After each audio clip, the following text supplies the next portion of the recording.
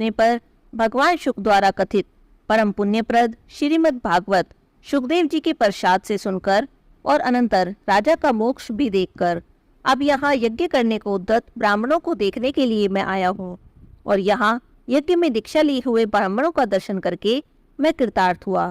ऋषि बोले, हे साधो, अन्य विषयों की बातों को त्याग कर भगवान कृष्ण द्वैपायन के प्रसाद से उनके मुख से जो आपने सुना है वही अपूर्व विषय हे सूत जी आप हम लोगों से कहिए। हे महाभाग, संसार में जिससे परे कोई सार नहीं, ऐसी मन को प्रसन्न करने वाली और जो सुधा से भी अधिकतर हितकर है, ऐसी पुण्य कथा हम लोगों को सुनाइए। सूत जी बोले, विलोम अर्थात ब्राह्मण के चरु में क्षत्रिय का चरु मिल जाने से उत्पन्न होने पर भी मैं धन्य हूँ। जो श्रेष्ठ पुरुष भी आप लोग मुझसे पूछ रहे हैं, भगवान व्यास के मुख से मैंने जो सुना है वही यथा ज्ञान मैं आपसे कहता हूँ। एक समय नारद मुनि नर नारायण के आश्रम में गए, जो आश्रम बहुत से तपस्वियों, सिद्धों और देवताओं से भी युक्त है, और बेर, बहेड़ा, आंवला, बेल, आम, अमड़ा, कैथ, जामुन और कदम्ब आदि तथा और भी अनेक वृक्षों से सुशोभित है। भगवान विष्णु के चरणों से निकली हुई पवित्र गंगा और अलकनंदा भी जहाँ बह रही है, ऐसे नरनारायण के स्थान में श्री नारद मुनि ने जाकर उन परब्रह्म नारायण को, जिनका मन सदा ही चिंतन में लगा रहता है, जिन्होंने जितेंद्रिय काम क्रोध छयों शत्रुओं को जीत लिया है, अत्यंत प्रभा जिनकी शरीर से चमक रही है, ऐसे देवताओं के भी देव तपस्वी नारायण को साष्टांग दंडवत प्रणाम कर और हाथ जोड़कर नारद मुनि उन व्यापक प्रभु की स्तुति करने लगे।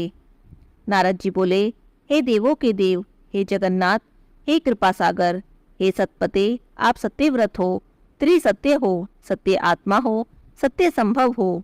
हे सत्य योनि, आपको नमस्कार है। मैं आपकी शरण में आया हूँ। आपका जो तप है वह संपूर्ण प्राणियों की शिक्षा के लिए और मर्यादा की स्थापना के लिए है। यदि आप तपस्या ना करें तो जैसे कलयुग में एक के पाप करने से सारी पृथ्वी डूबती है, वैसे ही एक के पुण्य करने से सारी पृथ्वी तरती है, इसमें तनिक भी संशय नहीं है। पहले सत्ययुग आदि में जैसे एक पाप करता था तो सभी पापी हो जाते थे, ऐसी स्थिति हटाकर कलयुग में केवल कर्ता ही पापों से लिप्त रहता है। यही आपके तप की स्थिति है। हे भगवान, कली में जितने प्राणी हैं सब विषयों में आसक्त हैं। स्त्री, पुत्र, ग्रह में लगा है चित्त जिनका, ऐसे प्राणियों का हित करने वाला जो हो और मेरा भी थोड़ा कल्याण हो, ऐसा विषय विचार कर केवल आप ही कहने के योग्य हैं।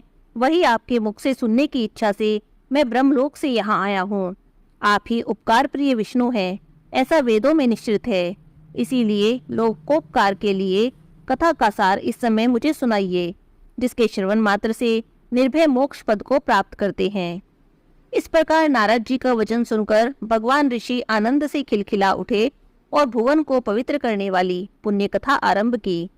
श्री नारायण बोले, हे नारद, गोपों की स्त्रियों के मुख कमल के भ्रमर, रास के ईश्वर, रसिकों के आभरण, वृंदावन बिहारी, ब्रज के पति आदि पुरुष भगवान की पुण्य कथा को कहता हूँ, जो निमेष मात्र समय में जगत को उत्पन्न करने वाले हैं।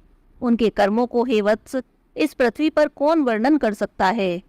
हे नारद मुनि, आप भी भगवान के चरित्र का सरस सार जानते हैं और यह भी जानते हैं कि भगवत चरित्र वाणी द्वारा नहीं कहा जा सकता, तथापि अद्भुत पुरुषोत्तम महात्म्य आदर से कहते हैं।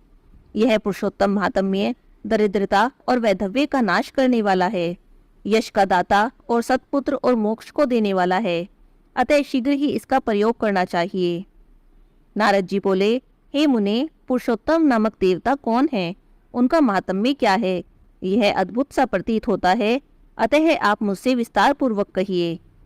सूत जी बोले, श्री नारद का वचन सुनकर नारायण क्षण मात्र पुरुषोत्तम में अच्छी तरह मन लगाकर बोले। श्री नारायण बोले, पुरुषोत्तम, यह मास का नाम जो पड़ा है वह भी कारण से युक्त है। पुरुषोत्तम मास के स्वामी दया सागर पुरुषोत्तम ही हैं, इसीलिए ऋषिगण इसको पुरुषोत्तम मास कहते हैं। पुरुषोत्तम मास के व्रत करने से भगवान पुरुषोत्तम प्रसन्न होते हैं। नारद जी बोले, चैत्र आदि मास जो है वे अपने अपने स्वामी देवताओं से युक्त हैं, ऐसा मैंने सुना है, परंतु उनके बीच में पुरुषोत्तम नाम का मास नहीं सुना है। पुरुषोत्तम मास कौन सा है और पुरुषोत्तम मास के स्वामी कृपानिधि पुरुषोत्तम कैसे हुए? हे कृपानिधे, यह आप मुझसे कहिए। इस मास का स्वरूप विधान के सहित हे प्रभु कहिए। हे सतपते, इस मास में क्या करना है, कैसे स्नान करना है, क्या दान करना है, इस मास का जप पूजा उपवास आदि क्या साधन है, यह सब कहिए। इस मास के विधान से कौन से देवता प्रसन्न होते हैं और क्या फल देते हैं, इसके अतिरिक्त और जो भी कुछ तथ्य हो वे हे तपोधन मुझसे कहिए। साधु दीनों के ऊपर कृपा करने वाले होते हैं, वे बिना पूछे कृपा करके सदुपदेश दिया करते हैं। इस पृथ्वी पर जो मनुष्य दूसरे के भाग्य के अनुवर्ती, दरिद्रता से पीड़ित, नित्य रोगी रहने वाले, पुत्र चाहने वाले, जड़, गूंगे, ऊपर से अपने को बड़े धार्मिक दर्शाने वाले, विद्या विहीन, मलिन वस्त्रों को धारण करने वाले, नास्तिक, पर स्त्रीगामी, नीच, जर्जर, दास वृत्ति वाले, आशा जिनकी नष्ट हो गई है, संकल्प जिनके भग्न हो गए हैं, तत्व जिनके क्षीण हो गए हैं, जो कुरूप हैं, रोगी हैं, कुष्ठी हैं, टेढ़े मेढ़े अंग वाले हैं, अंधे हैं, विष्ट वियोग, मित्र वियोग, स्त्री वियोग, आपत पुरुष वियोग, माता पिता विहीन, शोक दुख आदि से सूख गए हैं अंग जिनके, अपनी इष्ट वस्तु से रहित उत्पन्न हुआ करते हैं, किस अनुष्ठान के करने से और सुनने से पुनः उत्पन्न ना हो, हे प्रभु ऐसा प्रयोग हमको सुनाइए। वैधव्य, वंध्यादोष, अंगहीनता, दुष्ट व्याधियां, रक्त पित्त आदि, मिर्गी राज यक्षमादि जो दोष हैं, इन दोषों से दुखित मनुष्यों को देखकर हे जगन्नाथ मैं बहुत दुखी हूँ, अतः मेरे ऊपर दया करके हे ब्राह्मण मेरे मन को प्रसन्न करने वाले विषय को विस्तार से कहिए।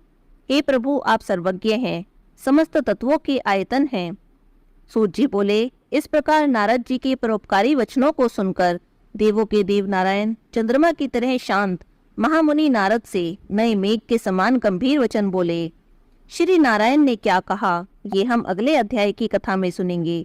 यहाँ पर पुरुषोत्तम मास महात्म्य का दूसरा अध्याय समाप्त होता है। हरे Krishna, Radhe Radhe. Subscribe my channel.